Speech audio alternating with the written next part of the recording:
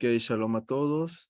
En esta oportunidad nosotros estamos estudiando la porción de Pinjas. Pinjas, digamos que hoy sería llamado como un radical. Y me pongo a pensar un poco en el tema de cómo ciertas religiones han ocupado el nombre de Pinjas para cometer atrocidades en nombre de Dios. Y aquí el tema es cómo separar exactamente lo que es justicia, cómo separar lo que es una alienación religiosa que nos convierte a nosotros en terroristas religiosos, ¿verdad? Hoy en día estaba viendo que las organizaciones religiosas, las 10 más fuertes del mundo, las 10 son islámicas. Y no es que tengan una islamofobia, no, por el contrario. Inclusive, ahora estoy leyendo un artículo muy interesante donde describía el autor de cómo cierta gente musulmana ayudó a salvar judíos durante el Holocausto. Y ahora que Balbash Yashem quiere, digamos, como nombrar los justos entre las naciones, quienes están en contra de que eso suceda y que se exalte a musulmanes que quisieron salvar judíos, son los mismos grupos extremistas radicales islamistas. Entonces, al final es algo muy triste, lamentablemente, donde vienen desprendiéndose ciertos tipos de, digamos, de entendimiento de lo que leen en sus escritos. Hay que llamar realmente que todo nace de la Torá. O sea, todas las religiones, honestamente, nacen de la Torá. El cristianismo es derivado de la Torá. Rab Shaul habló de la Torá.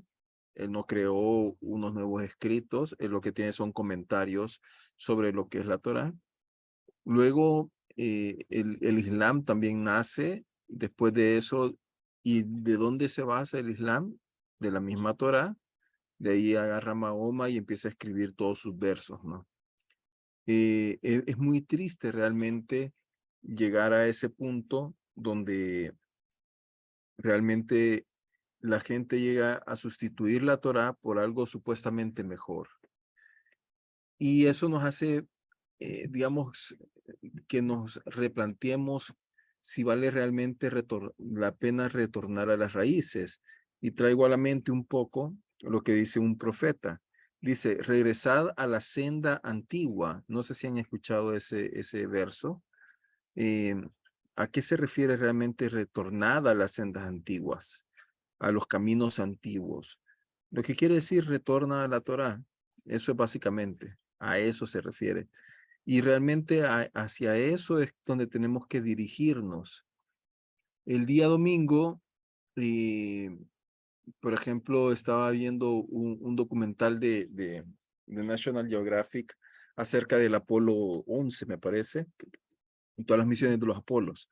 Y entonces cuando el primer hombre salió al espacio, eh, empezó a leer el libro de Bereshit, no supo más que leer, el gran científico, piloto, laureado, etcétera, y dijo, en el principio Dios creó los cielos y la tierra, y como que para él fue esa vivencia un paso agigantado de poder ver por primera vez el planeta Tierra desde el espacio exterior. Entonces, eh, creo que es bien importante el hecho de que, digamos, no caigamos en el extremismo. Dentro de las 10, por ejemplo, ahora en día, vemos, por ejemplo, el tema de, muy tristemente, hablo, por ejemplo, de lo que está sucediendo en Francia. En Francia, ¿qué es lo que sucedió? Un policía viene, ataca, no ataca, realmente trata de detener a un delincuente musulmán, un joven de 19 años, si no me recuerdo, tenía un antecedente delictivo muy alto, muere, me parece, el muchacho, y de ahí toda Europa se ha levantado como que existe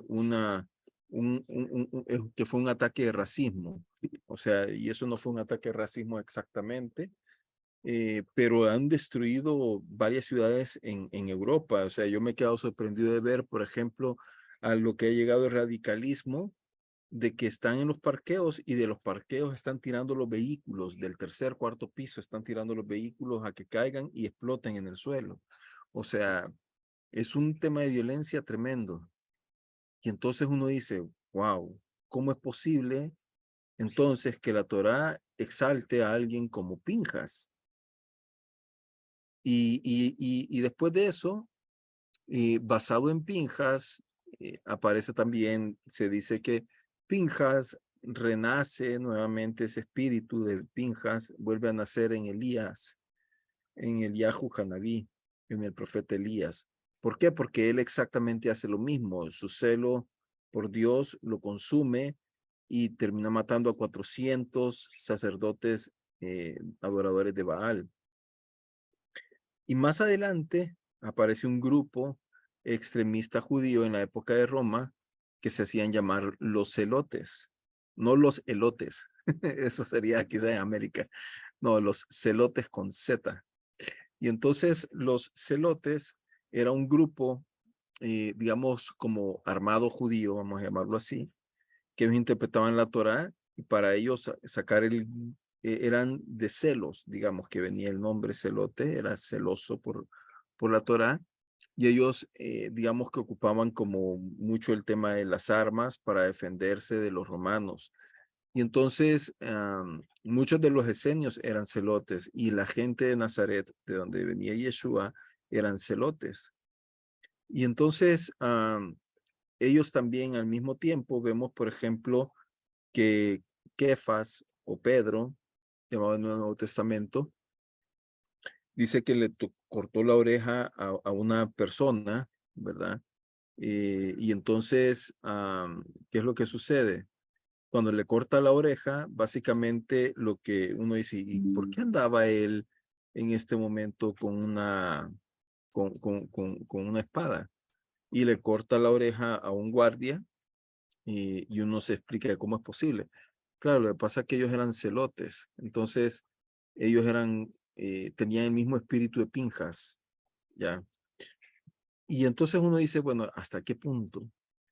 Más adelante vemos que, por ejemplo, en el nombre de Dios salieron las cruzadas, salieron los pogroms, salieron muchos conatos de violencia del parte del mundo cristiano, todo en el nombre de supuestamente ser celoso de Dios, de la palabra de Dios. Pero yo les traigo aquí una gran sorpresa, porque esto a mí me revolucionó mucho la mente hace muchos años. Me recuerdo el rabino Percy, me dijo en cierta oportunidad, porque yo era, digamos, había nacido en una iglesia cristiana, digamos, bastante, bueno, yo nací católico, después de eso nos convertimos al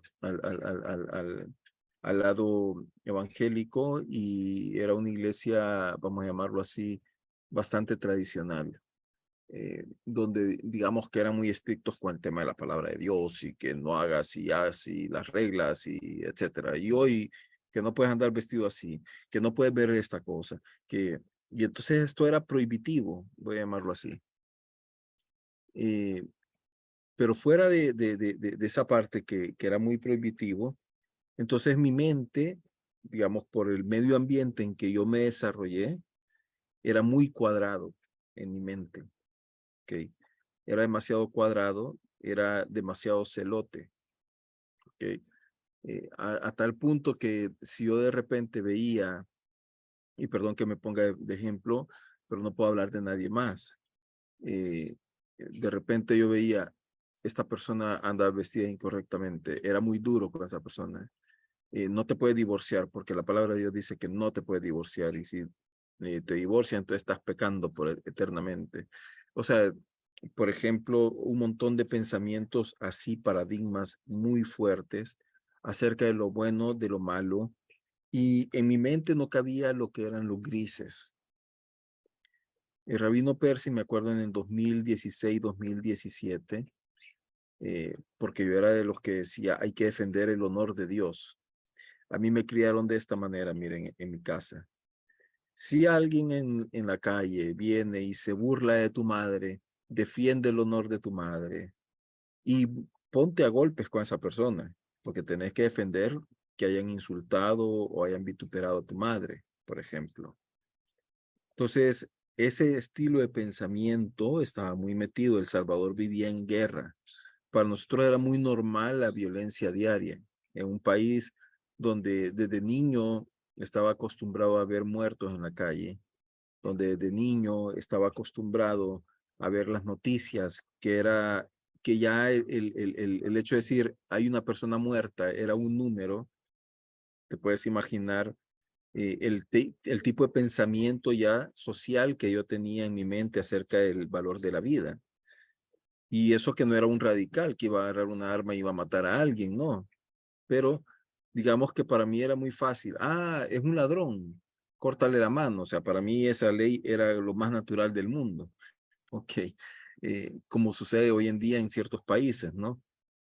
Entonces, me recuerdo que en cierta oportunidad yo estaba tratando de defender algo y el rabino Percy me dijo, mira, yo no sé en qué Dios tú crees, me dijo, pero el Dios en que yo creo, él no necesita que lo defiendan. Él se puede defender por sí mismo. Y entonces, cuando él me dijo esas palabras, para mí fue algo como que retumbó en mi cerebrito y algo que conmocionó mi mente. No les puedo explicar cuánto, porque por primera vez logré entender que yo no necesito defender a Dios, no necesito defender el honor de Dios. O sea, Dios va a seguir siendo Dios independientemente la persona que esté frente a mí lo maldiga, y yo no digo que hay que hacerlo, ya lo aclaro, pero si alguien enfrente de mí, sencillamente por su ignorancia, por su oscuridad, empieza a hablar en contra de Dios, como por ejemplo aquellas personas que se llaman ateas, o aquellas personas que están resentidas con Dios porque acaba de fallecer alguien, un ser querido, o acaban de perder una empresa, acaban de perder lo que sea, pues eso no me tiene que conmocionar a mí. Yo no tengo que defender a Dios y tratar de cambiar la mente de esa persona, ¿ya? ¿Por qué? Porque sencillamente Dios es Dios. E independientemente de lo que diga la gente, eso no va a afectar el estatus de Dios. Y pongo un ejemplo bien sencillo. En nuestros países, digamos, Janet está en el extremo que hace un extremo frío espantoso. Hay pocos días de luz. En mi caso, yo estoy en el extremo donde lo que sucede, eh, digamos, ¿me escuchan? Ok, donde realmente nosotros estamos en el otro periodo, donde realmente existe un gran calor, hay muchas horas de sol. Si las personas se quejan que está muy caliente, que mucho sol, que poco sol, el sol, honestamente, es como que va a decir, no le importa, el sol siempre va a alumbrar lo que debe de alumbrar, en el momento que debe de alumbrar, a la hora que debe de alumbrar. ¿Por qué? Porque el sol no está sujeto a los comentarios de las personas. Si no está sujeto a, ¿cómo se llama? A las, eh, si realmente el sol, digamos, se pusiera a pensar, híjole, hoy 200,000 personas dijeron que estaba de acuerdo con la temperatura, 100,000 dijeron que estaba muy caliente, 80,000 dijeron que estaba muy frío. Híjole, el sol no haría su función. Entonces, independientemente de los comentarios que la gente diga, el sol va a cumplir su función independientemente lo que sea. Y eso es lo que quiero transmitir. En este caso, Pinjas, voy a llamarlo así, no fue llamado, digamos, un sadik. No fue llamado tampoco, eh, eh, tampoco fue llamado como una persona muy pura, que digamos. No, Pinjas, al final de cuentas, lo que hizo fue actuar y tenía un carácter, digamos, arrebatado, ¿ok? Y él actuó sin pensar, ¿ok? Cuando él actúa sin pensar, ¿qué es lo que está sucediendo? Pinjas actúa en el impulso y vamos a llamarlo así, le salió bien el tiro. ¿Ok? ¿Por qué? Porque Dios no se estaba fijando exactamente en la acción arrebatada de Pinjas. Ajá. ¿Qué es lo que estaba viendo Dios? El espíritu que movió y conmocionó a Pinjas a parar lo que estaba sucediendo. En este sentido, antes de comenzar, bueno, por cierto, para algo muy interesante, el nombre Pinjas, lo que significa es boca de serpiente. ¿Se acuerdan que la semana pasada terminamos con un tema muy interesante que era el hecho de la serpiente, no en el asta? Eh, y resulta que esta serpiente viene y hace, es una lengua bípeda. Al final de cuentas, ¿qué es lo que sucede?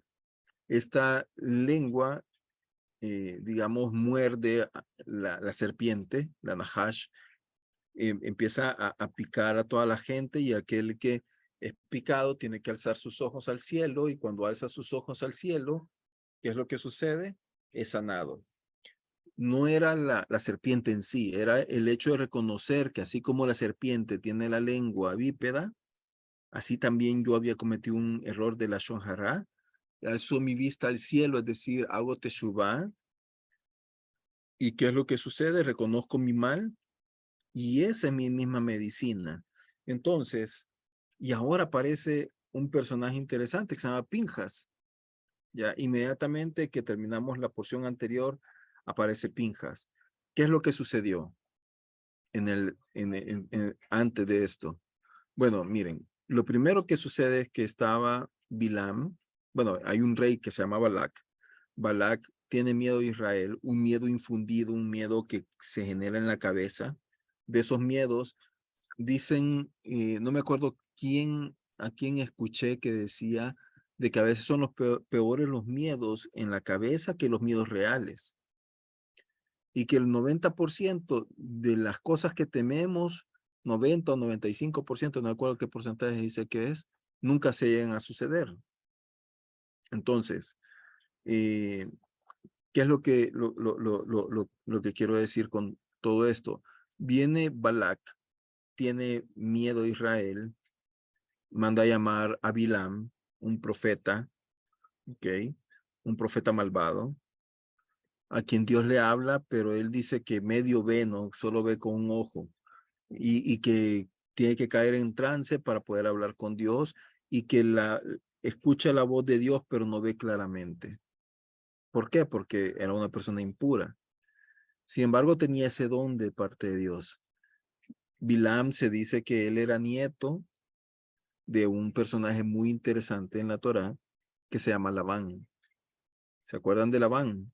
Labán era digamos, el concuño o cuñado de Jacob.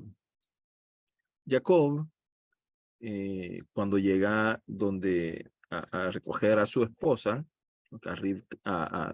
¿cómo se llama? A Lea, bueno, le cambiaron a Lea, ¿no? Pues resulta que ahí está el Labán, el papá de las esposas no, sería suegro, más bien dicho, de Jacob. Entonces el papá de hermano de Rivka era papá de las dos esposas de Jacob, quienes eran Rivka, Rachel y Lea. Ahora, ¿qué es lo que sucede? Labán lo que significa es blanco. Blanco significa que es una persona que aparentemente es bien puro, es muy santo, pero por dentro es engañador. Y lo vemos que él hizo exactamente eso, le cambió las esposas eh, a, a, a, a Jacob, le cambió los salarios muchas veces, lo engañaba cada rato, le cobraba lo que no tenía que cobrarle, o sea, es decir, Labán era un barmano a la potencia. Y entonces, eh, pues, de esa escuelita viene Bilam, ¿verdad?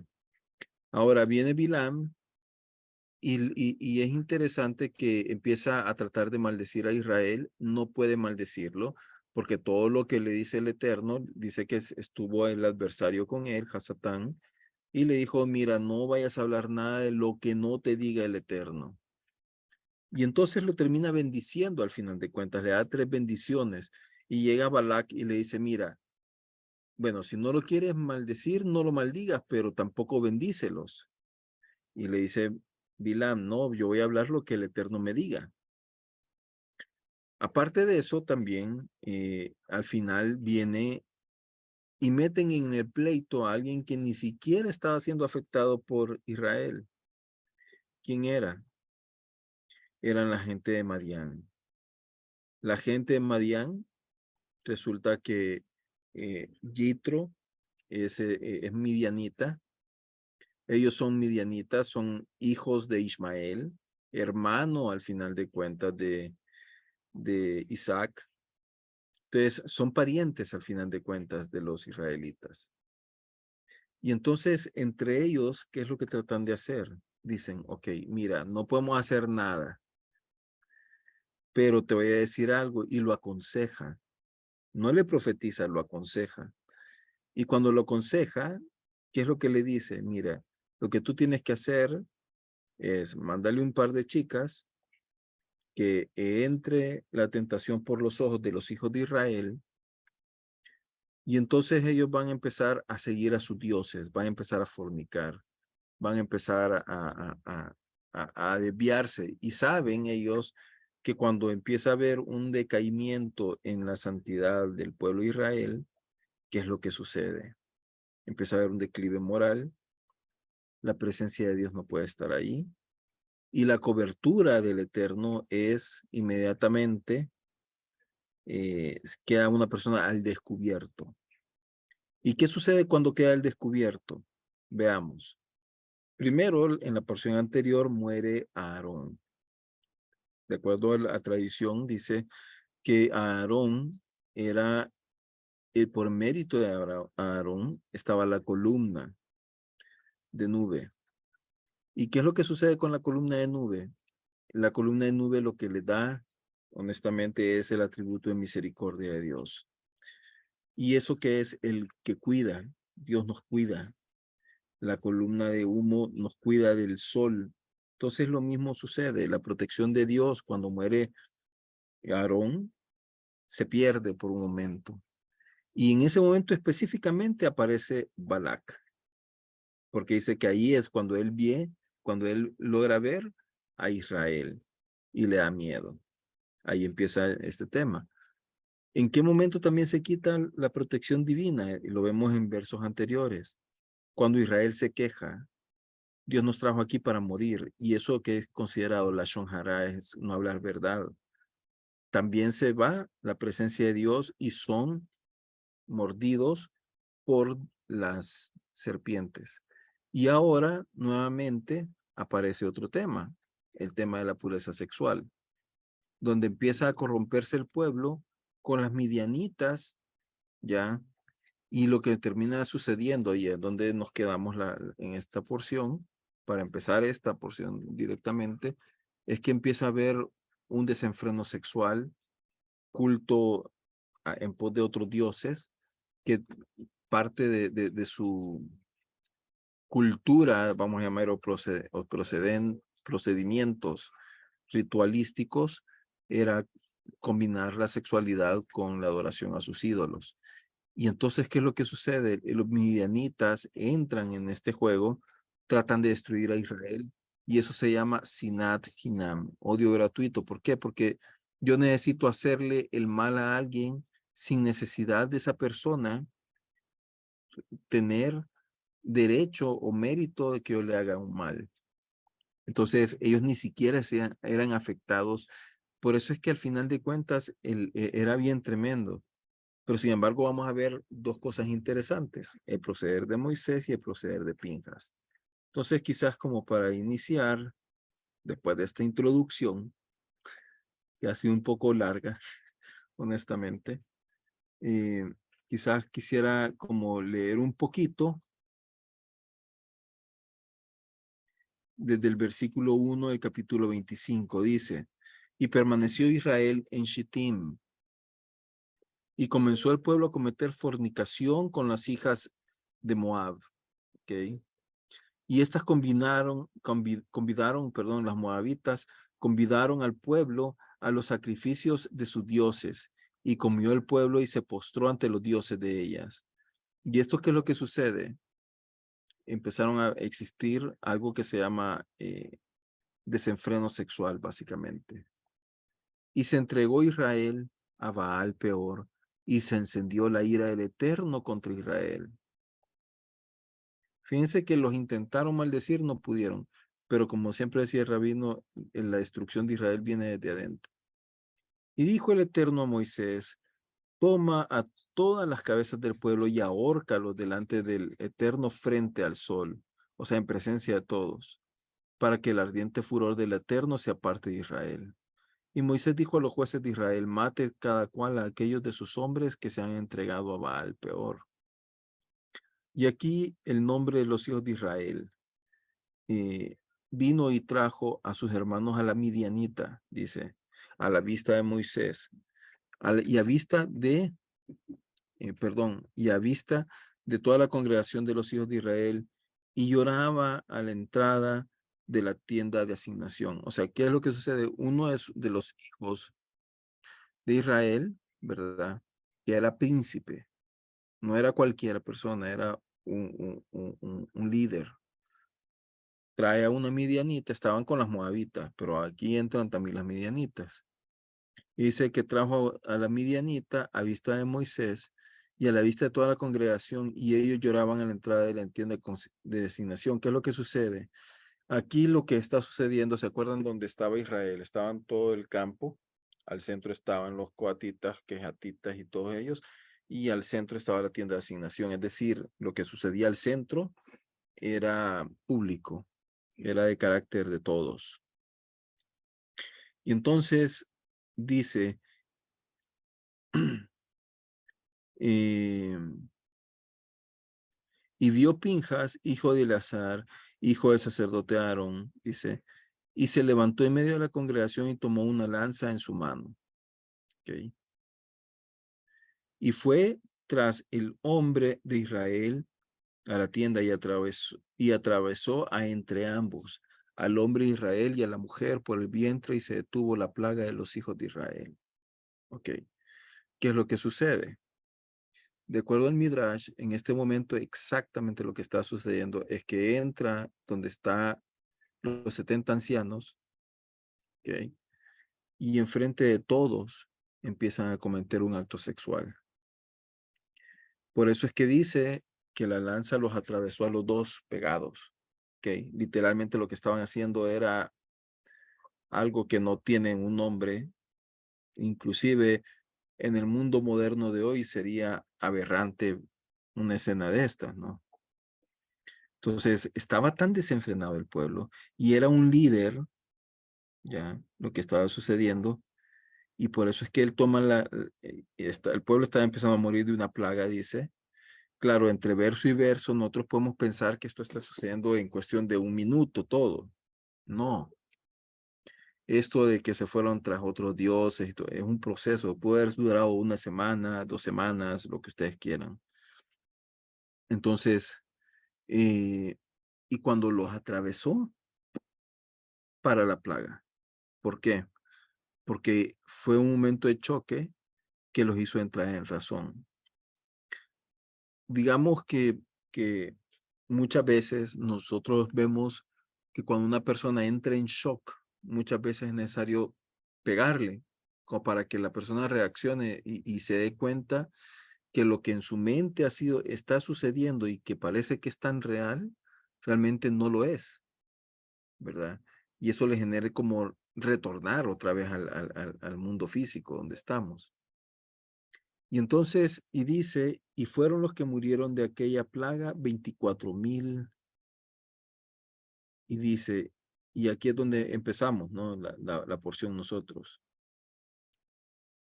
Y dice, y habló el Eterno a Moisés diciendo, Pinehas, ok, hijo de Eleazar, hijo del sacerdote Aarón, ha hecho desviar mi ira sobre los hijos de Israel, al llevar mi venganza entre ellos, y así no consumí a los hijos de Israel con mi ira. Entonces aquí uno se pregunta, bueno, ¿y qué ondas con esto? ¿Vea? ¿Cómo es que matar a una persona va a desviar la atención del Eterno contra todo pronóstico? Ok, lo que está sucediendo es que aquí hay hay un pecado social muy fuerte.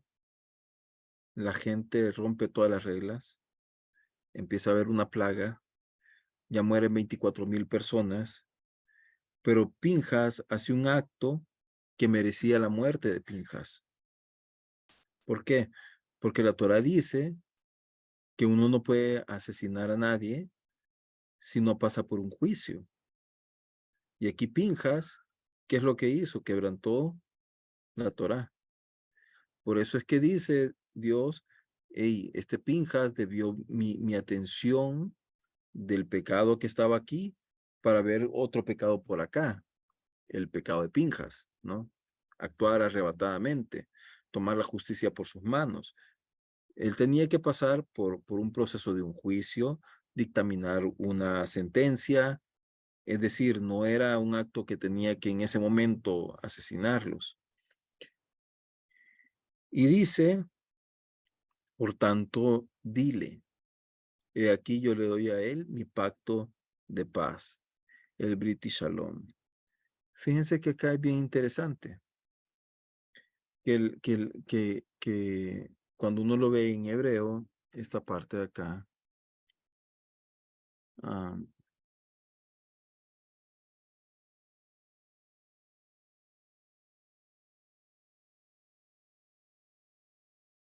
ponerlo aquí 25.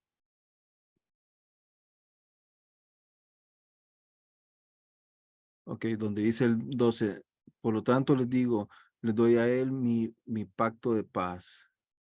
No sé si aquí aparece, pero... Ah, bueno, aquí no aparece, pero en la Torah escrita, Ahí sale Shalom. Shalom, esta Bab Esa aparece va. quebrada, está quebrada. ¿Por qué? Porque el Shalom que provocó Pinjas no fue un Shalom completo. ¿Qué hubiera sido un Shalom completo? Separarlos, pasarlos por un juicio, determinar la culpabilidad y después de eso ejercer la justicia, no una justicia arrebatada. Por eso es que el pacto de Shalom no era completo, vamos a llamarlo así. Y entonces dice, el cual será para él y sus descendientes después de él. Y esto de será para él y sus descendientes después de él es algo que se cumple. De hecho, hay 80 primer sacerdotes, digamos, sacerdotes principales o sumos sacerdotes que son descendientes de Pinjas. Y aparece un personaje muy interesante, Sadoc. Sadoc, el sacerdote que también se le dice el Eterno, mira, va a ser eterno mi pacto contigo. Él también es descendiente de Pinjas, ¿ya? ¿Quién más? Ezra, ¿ok? Es descendiente de Pinjas. O sea, es decir, hay mucha gente que es descendiente, o sea, el Eterno cumple con su palabra. Ahora, Pinjas, el problema que tiene es que es mecha corta, es arrebatado, ¿verdad? Y de hecho vemos, y el Midrash, no crean que lo tiene como en una posición súper alta, porque cuando sucede el problema de Jefté, ¿se acuerdan? Eh, Pinjas era quien en ese momento ejercía como sumo sacerdote. Y dice el Midrash que el Espíritu Santo, es decir, el Ruach HaKodesh, aquella inspiración divina, vamos a llamarlo así, se apartó de Pinjas, porque no llegó a un punto de lograr shalom con Jefté. Ok, si eso es así, no lo sé, pero Midrash. Y ahora, lo que dice es que no consumió, entonces a Israel se lo iba a acabar el Eterno, pero ese acto digamos, hizo desviar la atención del Eterno y la ira del Eterno, ¿verdad? Y dice, y por eso le doy a él mi pacto de paz, el cual será para él y para sus descendientes después de él pacto de sacerdocio perpetuo, porque él celó por su Dios. Es decir, aquí le da la razón de por qué razón no, en ese momento no fue tomado Pinjas y llevado a un tribunal y en ese momento de determinar que Pinjas realmente era una persona culpable de haber asesinado a dos personas, porque la Torá era bien clara, no asesinarás, ¿ok? Y él había cometido un asesinato. Entonces, ¿por qué? Porque Dios ve el corazón. Como bien dice el profeta Shmuel más adelante, Dios ve el corazón, las intenciones de por qué tú haces las cosas. Y en este caso, él celó por Dios. Es decir, hubo algo que dijo, no puede ser que esto están haciendo enfrente de la presencia de Dios. No puede existir tal abominación. O sea, no lo puedo permitir. Y eso es algo que al corazón de Dios le agradó.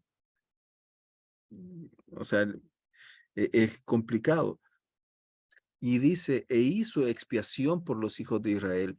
¿Qué es lo que sucede? Pinjas toma la culpa ahora. ¿Por qué toma la culpa? Porque hizo otra acción incorrecta.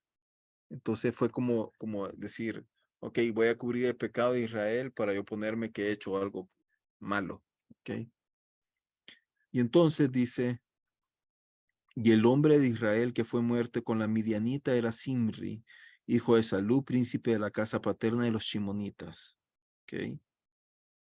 Y el nombre de la mujer midianita que fue muerta era Cosbi, la midianita, hija de Sur, la cual era la cabeza del pueblo de una casa paterna de Midian, en Midian.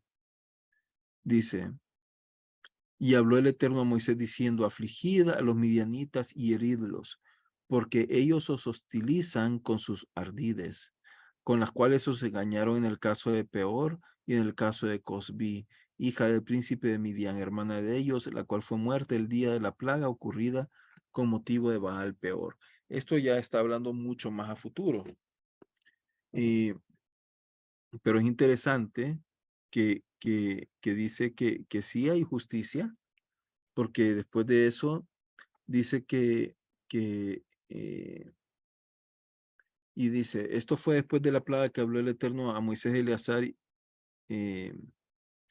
del sacerdote de Gedeón, diciendo, tomad el censo de toda la congregación de los hijos de Israel, o sea, aquí hay un censo adicional, pero lo interesante es que Moisés no participa activamente en qué, en la venganza que Dios dice que tienen que ejecutar. ¿Por qué? Porque Midian recibió a Moisés 40 años. Entonces, Moisés no levanta ningún arma contra ellos. Eso nos enseña un poco del tema del agradecimiento, que tenemos que vivir vidas agradecidas totalmente con aquellos que en algún momento determinado te han ayudado en la vida. No importa si esa persona hoy en día es buena o es mala. Si esa persona te ayudó, tienes que esforzarte por agradecer siempre a esa persona lo que esa persona hizo. ¿Ok? Entonces, voy a hablar así en términos más, más sociales. Eh, por ejemplo, imagínate, tú tienes, no sé, eh, un, un primo, voy a llamarlo así, y tal vez tú eras muy pobre y este primo vino y te ayudó, te dio educación o te acogió en su casa y de repente es su padre y al final de cuentas te crió, lo que sea. Voy a poner un ejemplo que es muy común dentro de nuestros países latinoamericanos, ¿no? Y entonces, pero llega el día de mañana y sucede algo, que este tu primo o este tu tío y se hace algo incorrecto, ¿ok? ¿Qué es lo que no hemos de hacer nosotros? Actuar por ese suceso específico y olvidarnos del bien que esa persona hizo por nosotros, independientemente qué tan qué tan marcado sea ese suceso, ¿ya?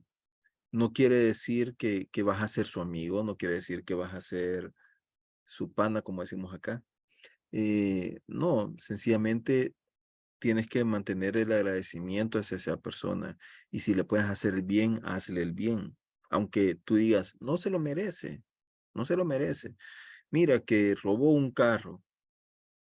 Sí, pero te debe comer. Si puede llevarle a la cárcel, no sé, un pan o algo para aliviar su pena, hazlo. Ya. Entonces, ¿por qué? Porque la Torá, tenemos que seguir el ejemplo de Moshe, que realmente él no actuó, digamos, en este caso vengándose, porque dijo, ¿cómo voy a hacer yo algo así si esta gente me ayudó? Y dice, y hablaron Moisés y Eleazar, el sumo sacerdote, con ellos en las planicies de Moab, junto a los márgenes del Jordán, a la altura de Jericó, diciendo, el censo se hará de la edad de 20 años para arriba, como había ordenado el Eterno.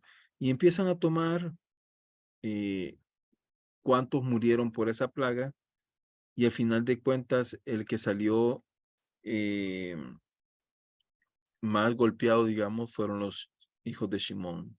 Okay. Y acá vemos el tema de cuántas personas contaron, que eso es lo que sigue a continuación, ¿no? Y dice, y estos son los que fueron contados por Moisés y Eleazar, los cuales contaron a los hijos de Israel en las planicies de Moab junto a Jordán, a la altura de Jericó. Y entre estos no hubo ninguno de los que fueron contados por Moisés y Aarón, sumo sacerdote, cuando estos contaron a los hijos de Israel en el desierto de Sinaí. Porque acerca de ellos había dicho el Eterno, morirán irremisiblemente en el desierto, y ninguno de ellos quedó salvo, Caleb, hijo de Jefuné, y Josué, hijo de Nun. Es decir, aquí ya se había cerrado una generación completa. Y luego empieza a hablar la Torá acerca de eh, otro episodio, que voy a llamarlo así, eh, que para mí es hoy en día, digamos, se discute mucho el tema de los derechos de la mujer, la igualdad de géneros, etcétera. Y aquí la Torá hace 3300 años rompe paradigmas muy profundos en esa época. ¿Okay? Resulta que hay un hombre que se llama Zelofehad, este era hijo de Manashe, y de repente dicen las hijas, no, nos vamos a quedar sin tierra si no estamos casadas. ¿Ya? ¿Y cómo va a perder nuestro padre su herencia? ¿Por qué razón se hizo el conteo, el censo? Porque el nuevo censo que se estaba haciendo era porque se iba a dividir la tierra con respecto al censo. Es decir, la tribu que tuviera más personas iba a ser la tribu que iba a tener más tierra. Así en términos generales. Entonces dice, eh, su padre, perdón, muere en el desierto y dice que él fue un hombre justo porque no estuvo en la, en los 250 hombres que se levantaron contra Moisés, eh, sino que murió, dice, en su propio pecado. ¿Cuál sería en su propio pecado? El problema que esta generación hizo, no creerle al Eterno que los iba a meter en la tierra prometida. Y dice, y no tuvo hijos, es decir, no tuvo hijos varones. Entonces dice, ¿por qué ha de faltar el nombre de nuestro padre de medio de su familia por no haber tenido hijos? Danos a nosotros la herencia entre los hermanos de nuestro padre. Y era algo justo. ¿Por qué? Porque uno dice, uno puede decidir el sexo de sus hijos. Es una decisión eh, que así lo vamos a planificar o lo que sea. Creo que eh, realmente ese es un regalo de Dios y Dios dice, va a ser varón, va a ser niña, ¿no? Y entonces, y lo que hizo fue Moisés, fue, híjole, qué caso más tremendo, y aquí viene la humildad de Moisés y dice que consulta con el Eterno. Y entonces, y le dice Moisés, el tipo de persona que va a consultar teniendo la respuesta.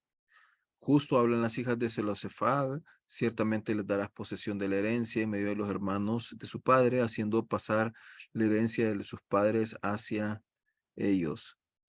Y a los hijos de Israel hablarás diciendo, cuando un hombre muriere sin tener hijo, pasaréis pasar su herencia a su hija.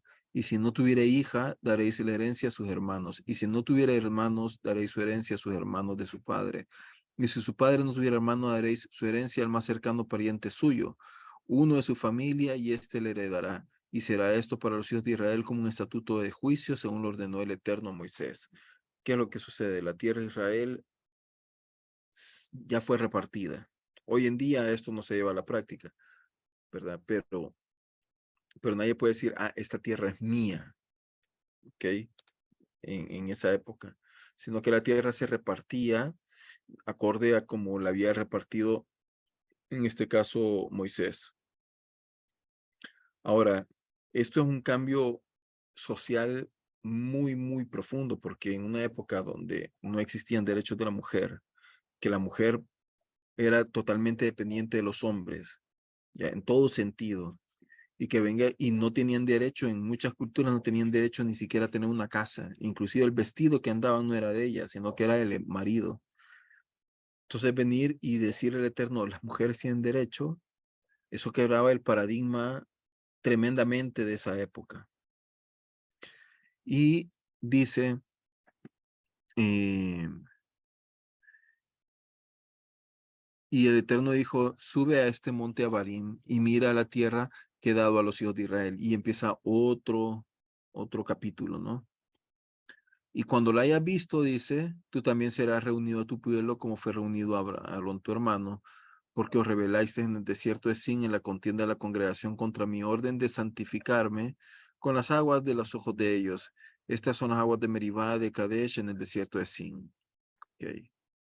Entonces, acá le vuelve a recordar la sentencia, el Eterno, el Dios es Dios justo, y dice, habló Moisés al Eterno diciendo, nombre el Eterno, Dios de los espíritus, ¿ok?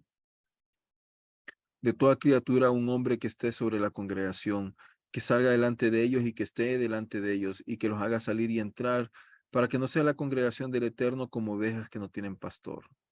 Y ahí es donde se nombra frente a todos, después de esto, a Yehoshua. Dice, toma para ti a Josué, hombre en quien hay este espíritu. ¿Qué espíritu está hablando?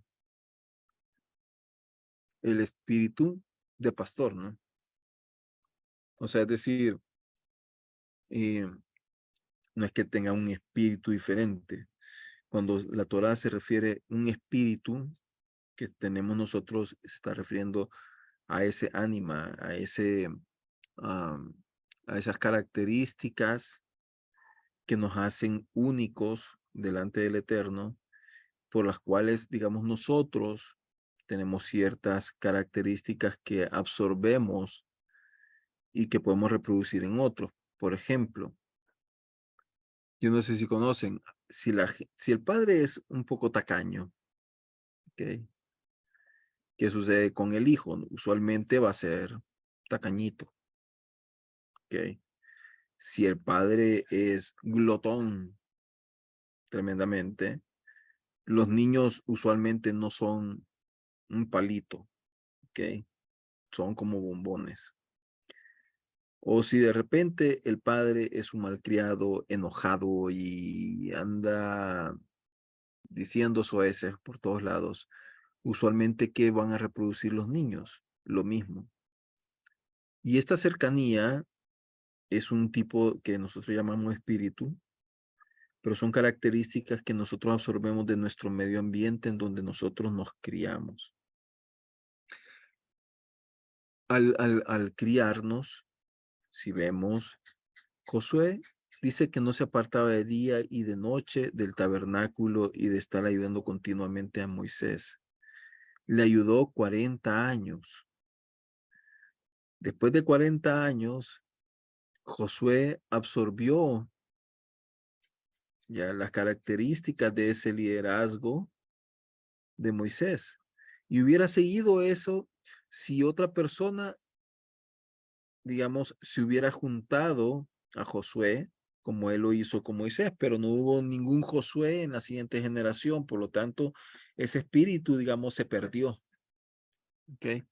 Pero a eso es a lo que se refiere, a esos atributos, a esas características que tenía ese líder. Entonces, había aprendido el mejor. Yo no sé si había otra persona más capaz que Moisés para dirigir a este pueblo. O sea, tenía tanto el tema de un liderazgo de un príncipe como el corazón de un pastor que podía cuidar a unas ovejas y la capacidad de un profeta de poder hablar con Dios. O sea, era completo, ¿ya? Y entonces, ¿y qué es lo que le dice el Eterno? Bueno, ¿sabes qué? Vamos a presentar a él y lo vas a nombrar tú frente a toda la congregación. ¿Por qué razón ya en el siguiente paso, digamos, en la tierra prometida, esto no se pudo dar? Esto no se pudo dar por un tema geográfico. Aquí, si nosotros nos vamos otra vez al desierto, ¿dónde estaba ubicado el tabernáculo? Estaba al centro. Todas las tribus estaban alrededor del tabernáculo. Toda la gente podía ver. Israel era uno solo, físicamente hablando, en un solo punto. Y ellos podían observar lo que estaba Dios haciendo con este líder. Pero ya en una tierra donde hay 20,000 kilómetros cuadrados o 25,000 kilómetros cuadrados, no todos van a tener la capacidad de ver. Por lo tanto, el liderazgo no puede ser traspasado de la misma manera, con la misma autoridad, desde un punto de vista lógico. Y dice, y pondrás brillo sobre él, a fin de que obedezca a toda la congregación de los hijos de Israel, y él se presentará delante de Eleazar, el sacerdote, el cual consultará por él al Urim, es decir, ¿se acuerdan de las dos piedritas? ¿Verdad? El Urim y Tumim, y entonces viene y consulta delante del Eterno, y Dios dice, lo respalda, dice, sí, Él es. Toda la gente tiene la capacidad de ver, toda la gente está viéndolo, y entonces dice, después de esto, y conforme a su respuesta han de salir y conforme a su respuesta han de entrar él y todos los hijos de Israel juntamente con él. E hizo Moisés como le había ordenado el Eterno y tomó Josué y le presentó delante de Eleazar y delante de toda la congregación y puso sobre él sus manos. Cuando se ponen las manos, lo que está sucediendo es que hay una transferencia de energía. Y fíjense que parece mentira esto que le estoy diciendo, pero inclusive en tus manos es una terminación que Dios ha creado. Todo tu cuerpo tiene energía, ¿no? Digamos, muy fuerte. Pero en tus manos es donde hay descargas. Por eso es que de repente tú tocas algo y se oye como una energía. O que vienes y le tocas a alguien así y salen chispitas y dices, ¡ay! ¿Por qué? Porque por ahí sale la energía de tu cuerpo en las terminaciones, manos, pies. Pero ¿qué es lo que está a la vista de todos? Las manos. Por eso es que es bueno, ¿verdad? Cuando uno está bien cargado, como de un montón de cosas, vaya descalzo, camine en la tierra. ¿Por qué? Porque ahí vas a descargar tu energía, vas a descargarla a la tierra. La tierra absorbe esa energía y tú la botas, ¿ok? De la misma manera, cuando tú estás sumamente alegre y todo eso, ¿qué es lo que haces? Abrazas, le haces así a una persona, le haces un colochito, lo que sea. Y entonces estás transmitiendo una energía. Inclusive cuando quieres orar por alguien y quieres transmitir energía para que Dios le dé un refugio a alguien, ocupa tus manos. ¿Ok? ¿Por qué?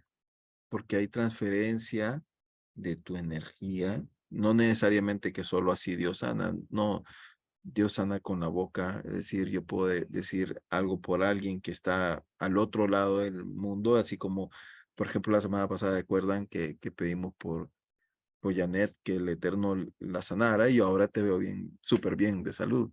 Entonces, y quiere decir de que realmente no necesita estar a la par, pero sí lo puedes hacer mejor. transfiere vida, ¿ok? Y fuera de un paréntesis, por ejemplo, no sé si a ustedes les ha pasado que a veces pueden andar todos tensos. Y si alguien viene y te empieza a hacer como un medio, como masajito o que te estira el músculo, te cae eso como pan de agua, porque en tus manos Dios dejó que pudieras hacer una transferencia de esa energía. ¿Ok? Entonces, y por eso es que aquí le dice, ok, Moisés, transfiere de tu energía, de lo que tú tienes, de tu esencia, de la energía que Dios te ha dado, transfiérele a él. Ok, y por eso es que lo puso sobre él sus manos y le dio el cargo como había ordenado el Eterno a Moisés. Luego empieza a hablar sobre los diferentes tipos de ofrendas. Las ofrendas empiezan a ver diarias, 3 veces al día. Después de eso empieza a haber, digamos, Shabbat, empieza después de eso a ver las que son los Habikurim, los primeros frutos, después de eso, digamos, los de las fiestas como tal, y eso es lo que empieza a decir, que tiene que haber continuamente, tiene que haber holocausto. Dios en este momento no está pidiendo un holocausto continuo porque le gusta oler carne asada. Me imagino que eso ha de haber apestado y con mucho respeto lo digo, pero honestamente, me gusta hacer barbacoa en la casa y yo les puedo decir de que no es un olor agradable. De hecho, cuando terminamos de comer, yo tengo que cambiarme la ropa y me tengo que ir a bañar porque siente ese olor a carne quemada. O sea, es delicioso y todo eso, pero tengo que cambiármelo. Entonces, imagínense todo el día estar con ese olor. No, no creo que para Dios haya sido como el hecho de matar al animal, no, sino que era la oportunidad de la gente estarse presentando delante de Dios y acercarse a Dios. No era el plan original, no era el plan original, pero esta gente así era como lo entendía. Por eso es que dice, empieza 28:4, uno lo ofreces en la mañana, otro cordero lo ofreces por la tarde. Después de eso, la 10ª parte de un efad lo vas a ofrecer con la 4ª parte de un hin de aceite y lo presentas como una ofrenda minja, ¿no? Una ofrenda vegetal. Después de eso es el holocausto continuo, ya el cual fue ofrecido en el monte de Sinai, ofrenda de fuego ha de ser recibida con agrado por el Eterno. Después de eso, eh, otro lo vas a ofrecer por la tarde, nuevamente, y, o sea, es decir, todos los días. Después de eso empieza a hablar el del Shabbat, ¿ok? Después de eso, Rosh Hodesh, ¿ok? Por eso es que es una fiesta importante para nosotros, el inicio de cada mes. No estamos a 14 de Av, si no me recuerdo. 14, no, hoy es, sí, 14 de Av, ¿no? Y luego dice, presentaréis 2 novillos jóvenes y un carnero con 7 corderos de un año. Y ahí está la cantidad que van a hacer. Luego, después de eso, dice, se va a presentar una ofrenda de cabrito para ofrenda de pecado. Luego, en el primer mes del año, que es Nisan, a los 14 días del mes, se va a celebrar Pesaj. Ahí habla de esto. Después de eso, se hará una fiesta solemne. Por 7 días se comerán los panes ácimos, los matzot. Después de eso, el primer día habrá santa convocación y se va a presentar una ofrenda de fuego, que es el Shelamín. Posteriormente, dice que del 7º día va a estar una convocación santa. Después de eso, el día del Habikurim, va a estar las primicias. Después de esto, va a existir una ofrenda igualmente vegetal, animal, es decir, para todos. em, y básicamente es lo que nos habla este capítulo. Luego, en el 7º mes, ya, convocación santa, ningún trabajo haréis. Y acá es donde hay el toque de shofar, que es cuando se celebra la Shavuot. Después de esto, luego dice, el 11º mes, perdón, 10º día del mes, será para vosotros, aquí es donde viene, perdón, la fiesta también que ahora le llamamos Rosh Hashanah, pero realmente es Yom Kippur, eh, donde se afligen las almas, ¿ok? Luego dice el 15 del 7º mes, va a haber una fiesta. ¿Cuál es? La de las cabañas, ¿ok? Y aquí va a haber una ofrenda de fuego y esta va a ser de todas las naciones, donde se van a sacrificar todos los toros, ¿ok? Luego, sexto de hasta el 10º día, ¿no? Y aquí dice, al final de cuentas, estos sacrificios ofreceréis al Eterno y es como un recordatorio que continuamente la Torá empieza a decir al respecto. Luego, eh, ya termina la porción de esta semana directamente con cuando dice que cuando un hombre hace un voto al Eterno debe de cumplirlo, ¿no? No puede violar lo que tú has dicho porque con tu palabra lo has sellado. Y dice, y empieza a decir qué sucede si una mujer hace un voto, si lo dijo de una manera escondida, el hombre la puede liberar, pero si lo hace con el consentimiento del hombre, no lo puede romper, básicamente. ¿Por qué razón es esa parte de la mujer? Porque Dios ha puesto al hombre como líder, como cabeza del hogar, y digamos que es la autoridad en ese momento para la mujer, y lo ideal sería, mira, yo quiero hacer este voto al Eterno, ya, tienen que estar en común acuerdo, eso es todo. No es que sea más o que sea menos, no tiene nada que ver con el tema de igualdad. Ok. ¿Por qué? Porque aquí el tema es que los votos también pueden existir con abstinencia, ¿no? Entonces es difícil, por ejemplo, si están casados. Luego lo otro, en cambio, en el caso de la viuda, no tiene ya cabeza, o de la divorciada, dice, no tiene con qué obligar a su alma. Entonces, ella toma la responsabilidad, tiene que cumplirla. Ok. Luego dice, y estos son los estatutos que básicamente el Eterno le ordena. Luego tenemos a, a- a Jeremías, ok, que es la Haftarah de esta semana, donde básicamente esto se está leyendo no tanto por algo relacionado con la porción de esta semana, sino con aquello que tiene que ver directamente con lo que está sucediendo en este mes. Okay. Entonces, eh, y básicamente lo que Dios le dice, mira, y eso es lo importante de acá, Él dice que ve algo y tiene algo bien profundo de contextualizar. Dice que vino la palabra de Dios a él y le pregunta al Eterno, ¿qué ves? Y él dice, veo una rama de almendro. ¿Qué tenía una rama de almendro en la Torá? La vara de Aarón que reverdeció, ¿no? Estaba muerta y de la nada Dios permite que reverdezca.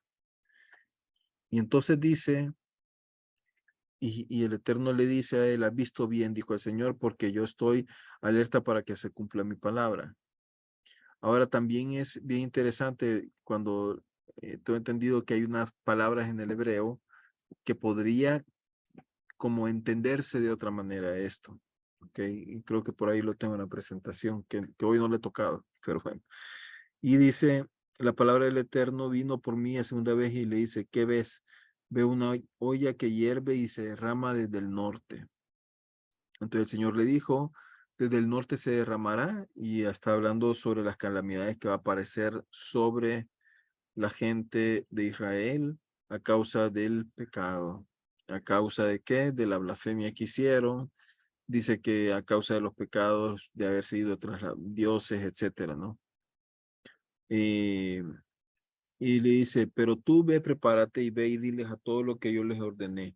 No temas ante ellos, pues de lo contrario yo haré que sí les temas, dice.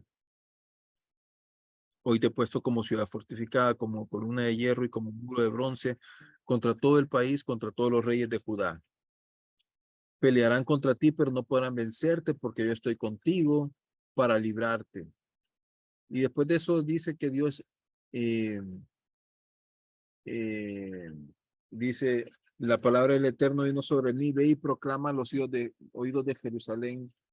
Y dice que le recuerde lo que es, cómo ellos eran en su momento. O sea, está recordando el amor del Eterno hacia su pueblo. Entonces, quisiera como retornar aquí un poco y aunque tal vez, obviamente no lo vamos a leer todo porque yo creo que ya lo leímos todo, pero los temas principales que ya lo vimos fue Pinjas, es recompensado por su acto.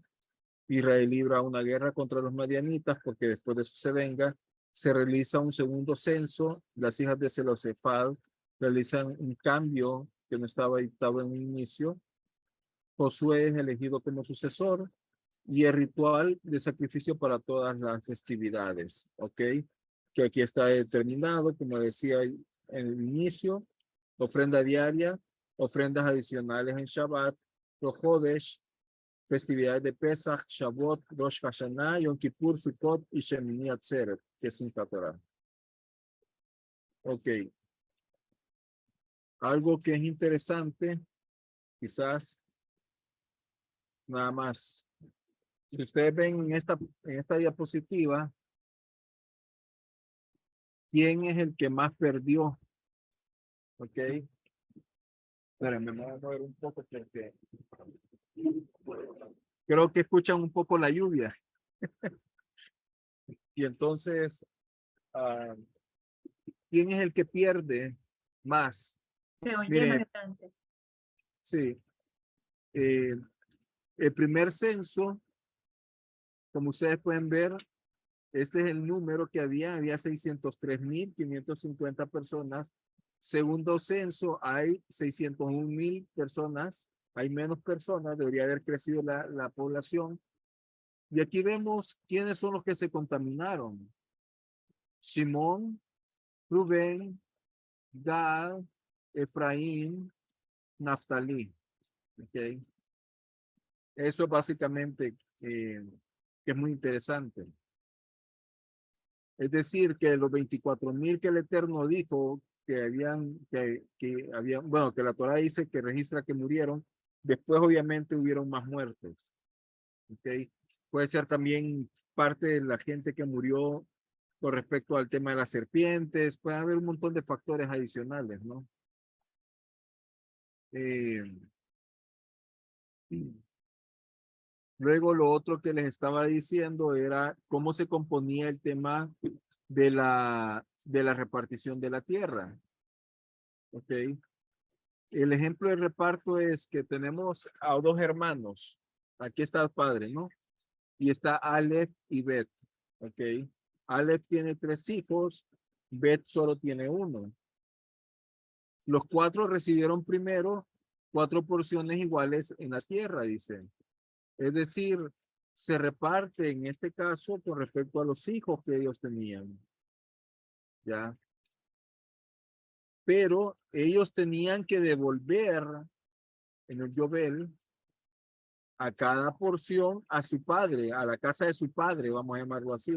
Si aquí habían 40, estos 40 tenían que devolver la tierra original a alguien. ¿Ok? Entonces, ¿por qué? Porque la tierra fue repartida entre los dos hermanos, Aleph y Bet. ¿Ok? Ese es básicamente más o menos como era el relajo este. Luego,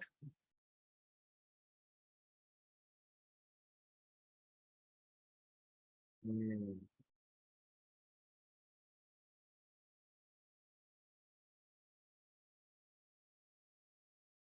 eh,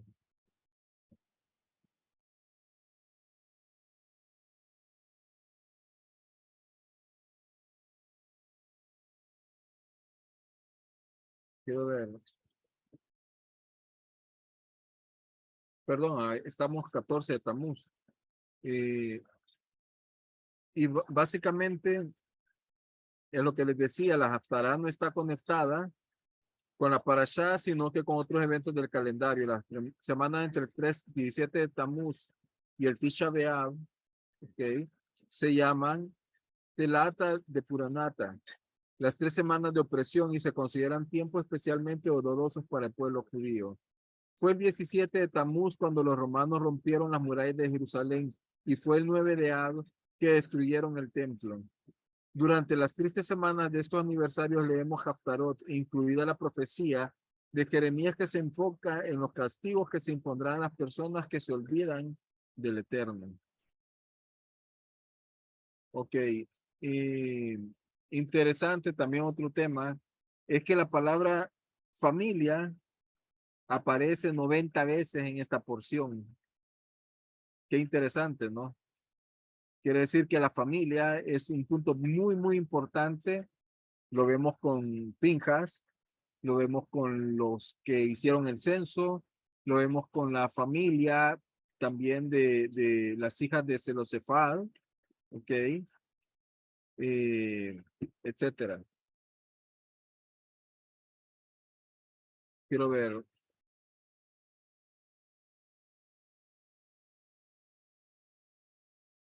Esta es la Bab que les digo que está la palabra Shalom en los textos como tal. Sí se lee, y aquí está la Bab quebrada, ¿no?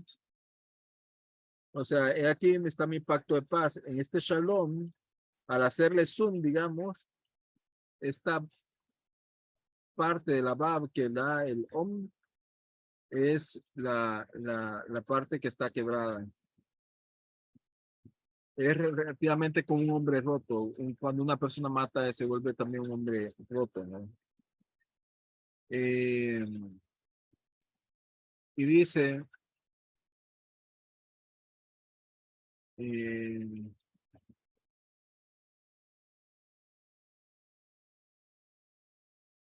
bueno, los nombres de las hijas de ellas. Creo que, no, no, acá no lo vamos a ver, pero bueno, básicamente es como la porción de esta semana, lo que tenemos. Quizás me parece que me voy a meter en otros varas, y de repente nos vamos a alejar de los temas principales, ¿no? Pero voy a parar para empezar como la discusión, ¿ok?